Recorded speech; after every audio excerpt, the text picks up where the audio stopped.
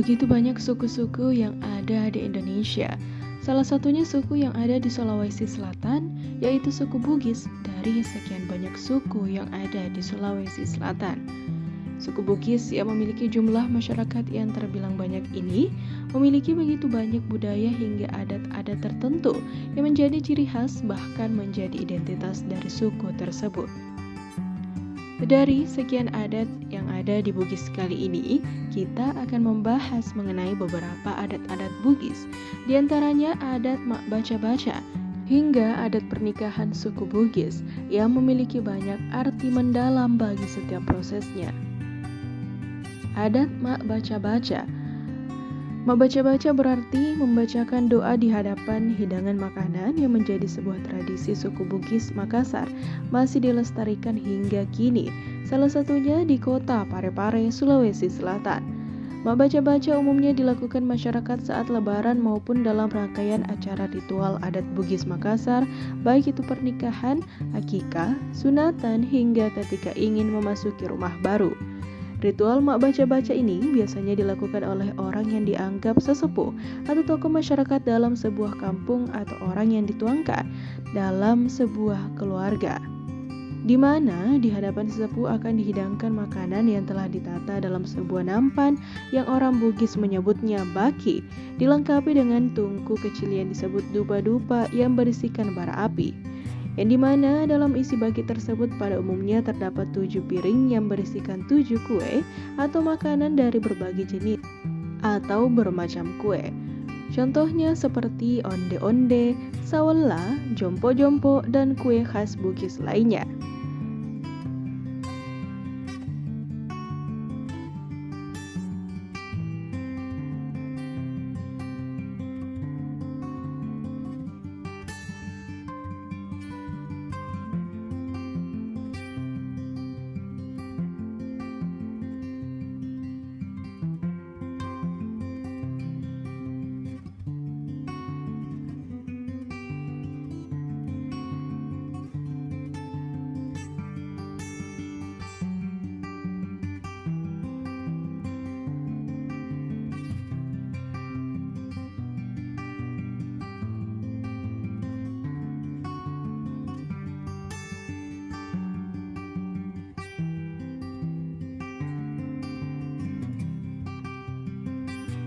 Assalamualaikum warahmatullahi wabarakatuh. Saya Muhammad Sodi Asli Umar. Ya, sehari-harinya sebagai ASN, tetapi juga banyak terlibat di kegiatan sosial kemasyarakatan. Saya alhamdulillah pernah memimpin remaja masjid 2 periode, kurang lebih 7 tahun. Pernah menjadi sekretaris umum KMPI Kota Parepare, pernah menjadi pengurus BKPRMI Provinsi Sulawesi Selatan. Tentu pernah juga berkiprah di HIPMI, Himpunan Pengusaha Muda. Kemudian hari ini ya sebagai ASN ya di Sintap DPMP TSP, pelayanan terpadu satu atap. Sekarang alhamdulillah akhir-akhir ini banyak berkecimpung ngurusin pesantren. Kalau saya hitung-hitung ini sudah lebih 10 kami merintis pondok, istana tahfidz. Ya, kalau NU saja punya itu sudah 7 kami rintis. Mana lagi yang lain-lain, Al-Hidayah, kemudian Masjid Al-Ikhlas, ya, kemudian pelabuhan. Yang fenomenal sekali ini saya juga tidak pernah bayangkan di saat pandemi COVID-19 hanya dalam 1,5 bulan uang terkumpul 2.200.000.000 untuk pengadaan tanah pesantren tahfidzul Quran di Masjid Al-Ikhlas. Kebetulan di Parepare ini boleh dikatakan masyarakatnya majemuk. Ya, kenapa berbagai macam suku ada. Ini multicultural ya, di Parepare. Jadi kebetulan di sini mayoritas suku Bugis Makassar, ada Manda, ada Toraja. Ya, kalau kita biasanya ada acara bunting acara biasa anak SD ada mapaci. Kenapa ada cara mapaci itu, apa artinya? Itu kan simbol sebelum calon mempelai baik pria maupun wanita dulu di pelaminan itu kan bahasa simbol dibersihkan dulu. Nah, ini kan cuma kisaran-kisaran ya, supaya kita mengarungi bahtera kehidupan kita bersih. Cuma kan juga sering diundang, biasa kita acara mapaci umumnya kalau di Parepare saya lihat dilaksanakan pada malam hari. Ada juga pada siang hari, tetapi umumnya pada malam hari. Kecuali dalam kondisi pandemi COVID-19 ini ya, memang banyak hal-hal yang berubah, tapi umumnya itu dilaksanakan pada malam hari. Biasa juga ada anak-anak kalau akikah ya, kita baca selawat kan, ada budaya, tapi di situ kan ada selawat di dalamnya, kita baca barzan. Kenapa? Ya kalau kita lihat dalam hadis Rasulullah mengatakan kepada kita, man shalla alaihi salatan sallallahu bi asyrin. Siapa bersalawat kepada aku, Allah akan bersalawat kepadanya 10 kali. Apalagi kita sering melantunkan salawat ya di dalam, karena dalam barasan itu ada salawatnya. Kemudian di dalam Al-Quran juga kita diingatkan, innallaha malaikatahu yusholluna 'alan nabi ya ayyuhalladzina amanu shollu alaihi wa sallimu taslima. Ya Allah saja ya innallaha, sesungguhnya Allah, para malaikatnya bersalawat. Hanya kita diingatkan ya ayyuhalladzina amanu shollu alaihi wa sallimu taslima, wa orang beriman bersalawatlah kepadanya ya, kepada Rasulullah sallallahu alaihi wasallam. Kenapa? Ya kehadiran seorang bayi di tengah-tengah keluarga adalah merupakan kegembiraan. Kehadiran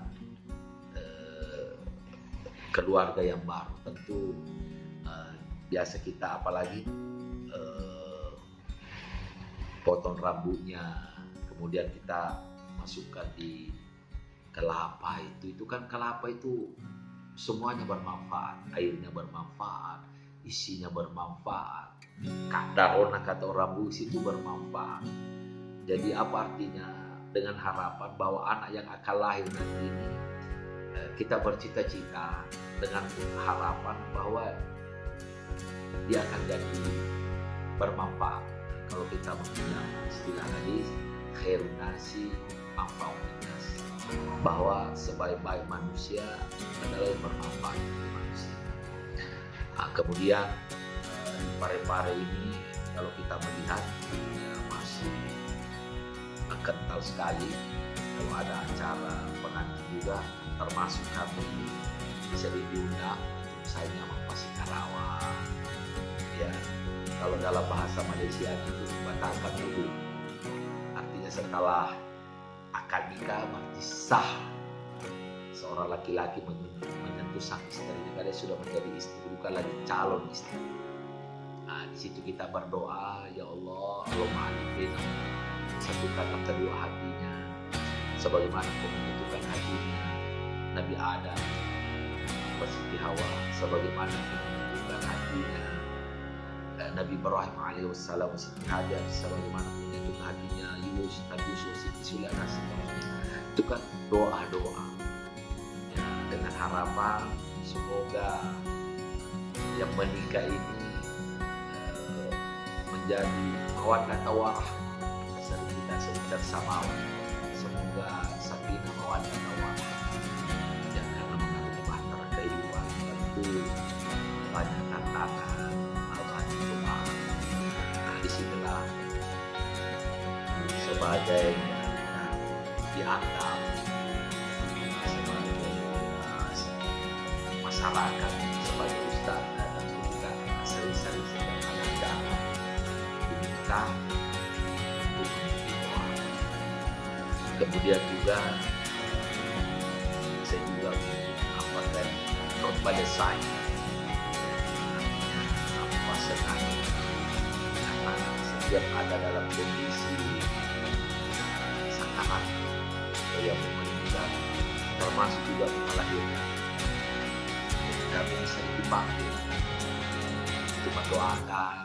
Ya, biasa kalau ada rombongan melahirkan kami baca doanya, la ilaha illa anta subhanaka inni kuntu minadh dhalimin. Itu kan doanya Nabi Yunus alaihissalam, ad-du'a li sahibil hud, dengan harapan ibu yang mengandung ini ya bisa cepat keluar sebagaimana Nabi Yunus alaihissalam terlempar dari perut ikan. Nah, di situ kan juga ada doa-doa kita doakan. Pare-pare ini ya kita berharap akan menjadi Ka'batul Qusot. Apa itu Ka'batul Qusot? Menjadi actual purpose, menjadi pusat tujuan. Ya, apakah jadi kalau orang Parepare mau berbisnis silahkan datang ke Parepare, orang mau nanti menuntut ilmu silahkan datang ke Parepare, orang mau belajar agama silahkan datang ke Parepare, menjadi pusat tujuan. Tentu yang akan membangun yang lebih ke depan ini ya tentu generasi-generasi yang kita harapkan. Kita takut jangan sampai kita hanya melahirkan generasi-generasi tapi lost generation. Kita kehilangan generasi. Apa maksudnya generasi tetap muncul tapi generasi yang tidak bisa diharapkan.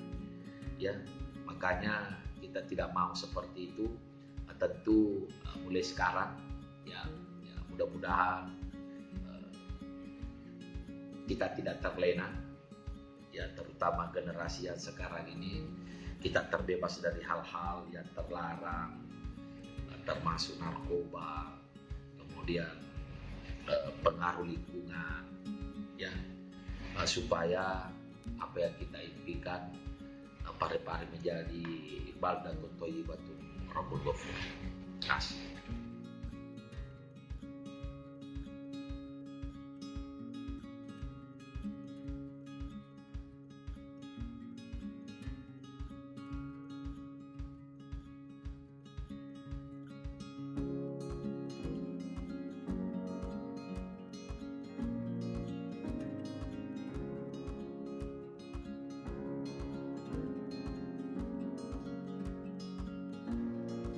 Adat pernikahan masyarakat Bugis di Sulawesi Selatan terdiri dari serangkaian upacara dan prosesi. Deretan acara memiliki filosofi tersendiri agar pernikahan menjadi lebih sakral dan istimewa. Di Sulawesi Selatan, upacara pernikahan disebut dengan Mapa Boting, yang artinya melaksanakan upacara perkawinan. Proses Mapa Sidape Mabelaye. Masyarakat Bugis menganggap bahwa perkawinan tidak saja menyatukan dua mempelai dalam ikatan perkawinan, tetapi juga menyatukan dua keluarga. Prinsip itu melahirkan istilah Mapa Sidape Mabelaye, artinya mendekatkan yang sudah jauh. Oleh sebab itu, kebanyakan perkawinan dilaksanakan masih ada hubungan keluarga atau dijodohkan karena mereka sudah saling memahami. Namun, gak perlu takut kalau Anda tidak naksir dengan wanita atau pria dari Bugis karena perjodohan antar keluarga ini tidak lakukan secara ketat. Masa penjajakan atau disebut mak manu-manu. Jika seseorang pria telah mantap dengan gadis pujaan dan berniat mempersunting, maka ada kegiatan rahasia yang dilakukan oleh seorang perempuan yang diutus oleh pihak laki-laki. Semua ini untuk mencari tahu keberadaan gadis pujaannya, terutama untuk memastikan gadis tersebut sudah ada yang mengikat atau belum. Kemudian, Mapaci atau Tudang Peni. Mapaci atau Tudang Peni adalah prosesi mensucikan diri pada malam menjelang hari H pernikahan. Pada malam ini pengantin didoakan para undangan yang terdiri dari tokoh masyarakat, keluarga, dan kerabat. Caranya dengan memoles paci atau daun pacar. Kedua telapak tangan mempelai mulai dari tangan kanan, kemudian kiri disertai doa agar calon mempelai kelak hidup berbahagia. Malam Mapaci juga dilakukan oleh mempelai laki-laki di kediamannya. Bosara. Sepanjang prosesi sebelum dan sesudah pernikahan disuguhkan berbagai macam kue-kue khas Bugis yang manis rasanya, seperti barongko, biji salak, bolu peca, katiri sala, sikaporo, serikaya, kenari, serikaya, nangka, sanggara balanda, bandang-bandang, dan bepa putih. Kue-kue dengan rasa manis ini sebagai simbol agar kehidupan kedua calon mempelai selalu manis, harmonis, rukun, dan damai hingga akhir. Kue-kue tersebut ditaruh dalam wadah yang disebut bosara. Bosara sudah ada sejak zaman kerajaan, khususnya kerajaan Goa dan Bone. Menyuguhkan kue dengan menggunakan bosara merupakan penghormatan tuan rumah terhadap tamu. Songko atau Bone. Pada saat acara perkawinan, kaum kerabat keluarga akan berkumpul. Agar ada perbedaan antara undangan dan keluarga, maka mereka memakai seragam. Untuk kaum laki-laki rata-rata menggunakan songko atau bone atau songko reca. Songko ini terbuat dari pelepah daun lontar yang dipukul-pukul. Songko atau bone wajib digunakan oleh laki-laki di Sulawesi Selatan jika ada acara penting. Keberadaan songko atau bone kini telah diakui sebagai warisan budaya tak benda di Indonesia pada tahun 2018 oleh Kementerian Pendidikan dan Kebudayaan Republik Indonesia. Mapasikarawah atau mapasiluka atau sentuhan pertama. Setelah akad nikah selesai, pengantin pria dituntun oleh orang yang dituakan menuju kamar mempelai wanita untuk dipasikarawah atau disentuh. Bagi masyarakat Bugis, mapasikarawah merupakan hal yang penting karena keberhasilan rumah tangga tergantung dari sentuhan pertama mempelai laki-laki pada wanita. Bagian tubuh mempelai wanita yang dapat disentuh adalah buah dada, ubun-ubun atau leher belakang, tangan, dan perut. Setiap sentuhan ini mempunyai maknanya tersendiri. Setelah prosesi mapasikarawah, keduanya atau mempelai keluar dari kamar untuk bersujud minta restu pada orang tua dan kerabat. Selain itu, ada pula versi lain dari adat Bugis yang kali ini bisa dibilang jauh lebih lengkap dalam proses pernikahan adat Bugis, dan banyak ritual yang dilewati memiliki makna mendalam. Masyarakat yang berasal dari daerah Sulawesi Selatan, khususnya suku Bugis Makassar, sangat melestarikan budaya asli mereka, apalagi saat melangsungkan pernikahan atau perkawinan. Banyak ritual-ritual sakral yang dilakukan dalam prosesi pernikahan adat Bugis. Selain memiliki makna yang mendalam, rangkaian ritual ini bertujuan agar perkawinan berjalan dengan lancar dan mendapat restu dari Tuhan Yang Maha Esa. Beginilah rangkaian prosesi pernikahan suku Bugis. Mak Manu-Manu. Seperti dengan proses sebelumnya, prosesi ini dilakukan sebelum upacara pernikahan. Calon mempelai laki-laki akan mendatangi orang tua mempelai perempuan dan meminta izin untuk mempersunting gadis pujaannya.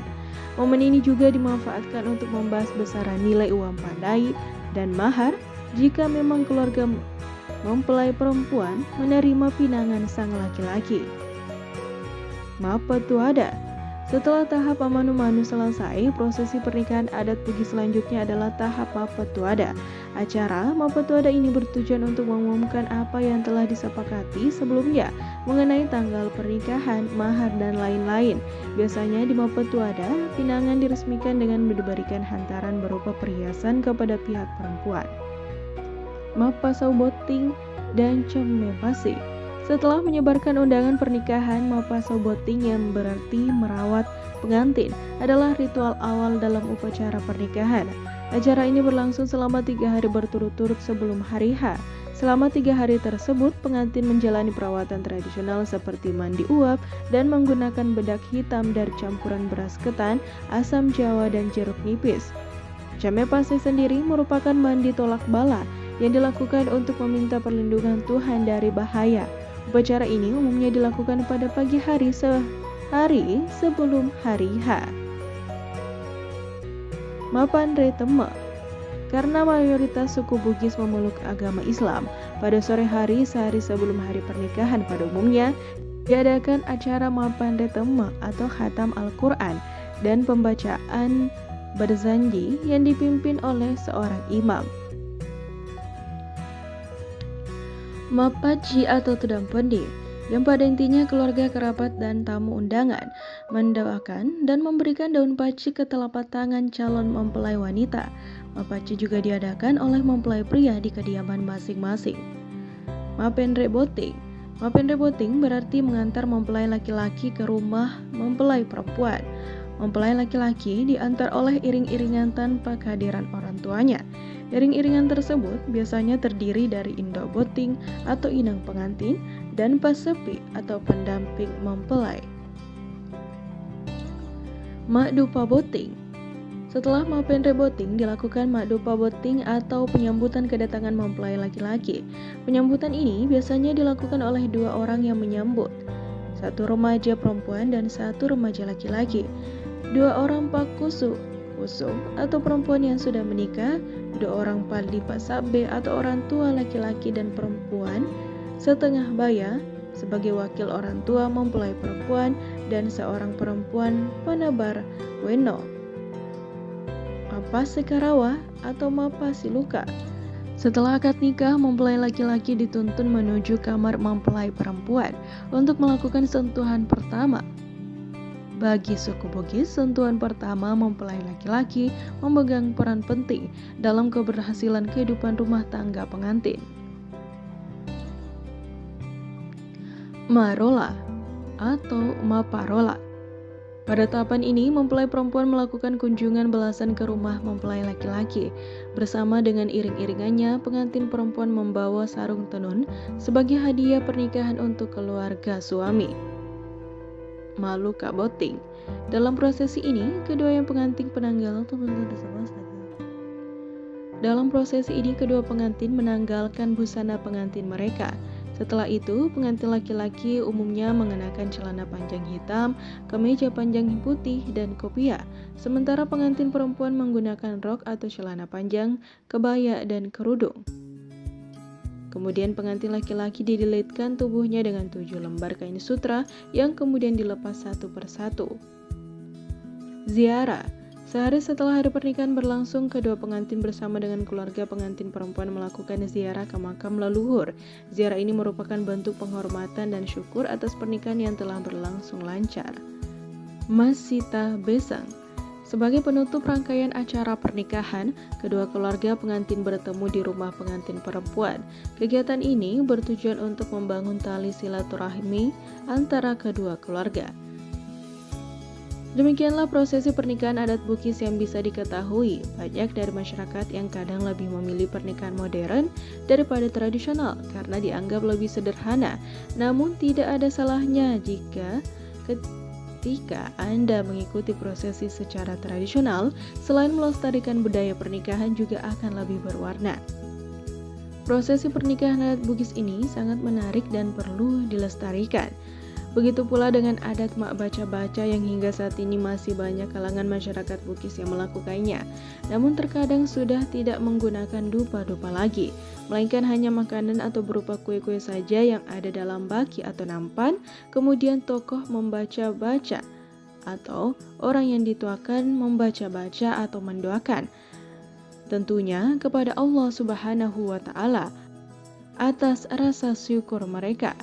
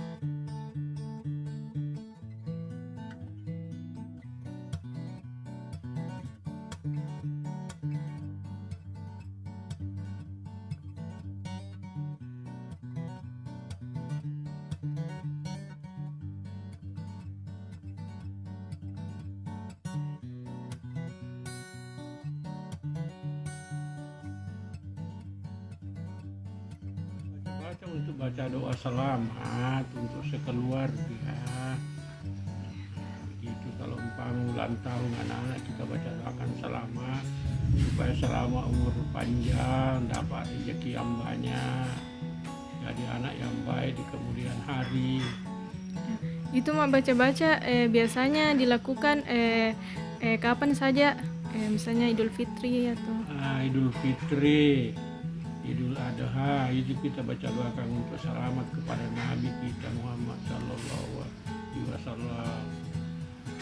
Kalau setiap ini ulang tahunnya anak-anak, biasa kita ucapkan selamat supaya selamat ya, berumur panjang, dapat rezeki yang banyak, jadi anak yang saleh.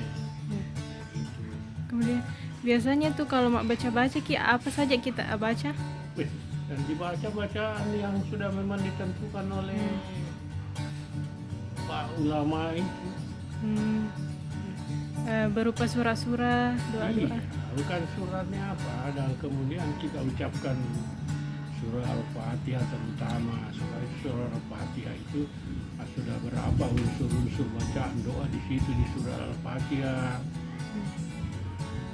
Kemudian ini mah baca-baca, biasanya tuh yang dibaca-baca isi bakinya apa saja?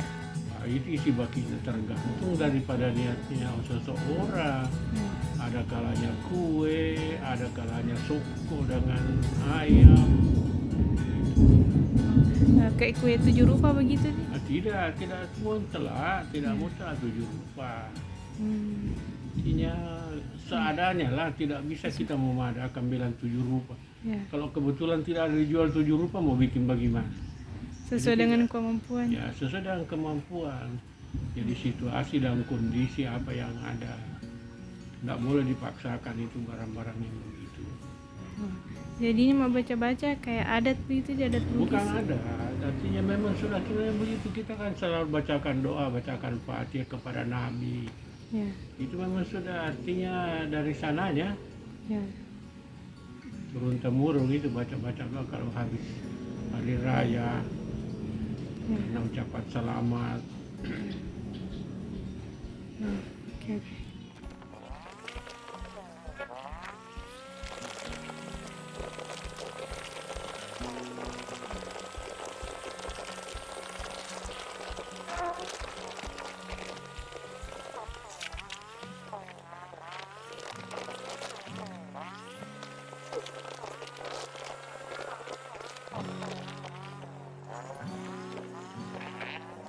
Perkenalkan, nama saya Egyanto Sanda. Saya salah satu masyarakat Kota Parepare dan tumbuh besar dengan latar belakang suku Toraja. Kegiatan saya sehari-hari yaitu sebagai karyawan di salah satu toko di Kota Parepare, dan saya masih aktif dalam kegiatan di gereja dan kegiatan kreatif bersama teman-teman dan bersosialisasi. Dan saya sudah tinggal di Parepare selama 20 tahun, dan berbicara masalah adat istiadat di Kota Parepare ini, saya juga masih bisa merasakan adat dari Toraja seperti Mak Badong dan melaksanakan kegiatan gereja bersama-sama.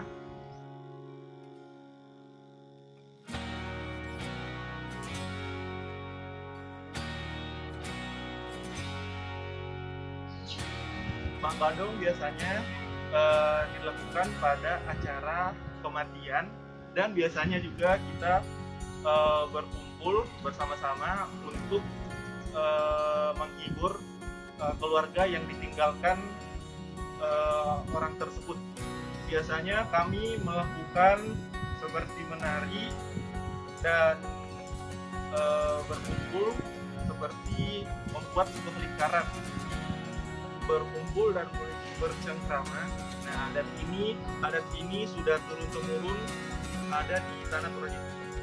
Harapan saya kedepannya semoga pemuda di Kota Parepare agar sekiranya bisa lebih melestarikan adat dan suku meskipun berbeda-beda, dan bisa saling menghargai satu sama lain.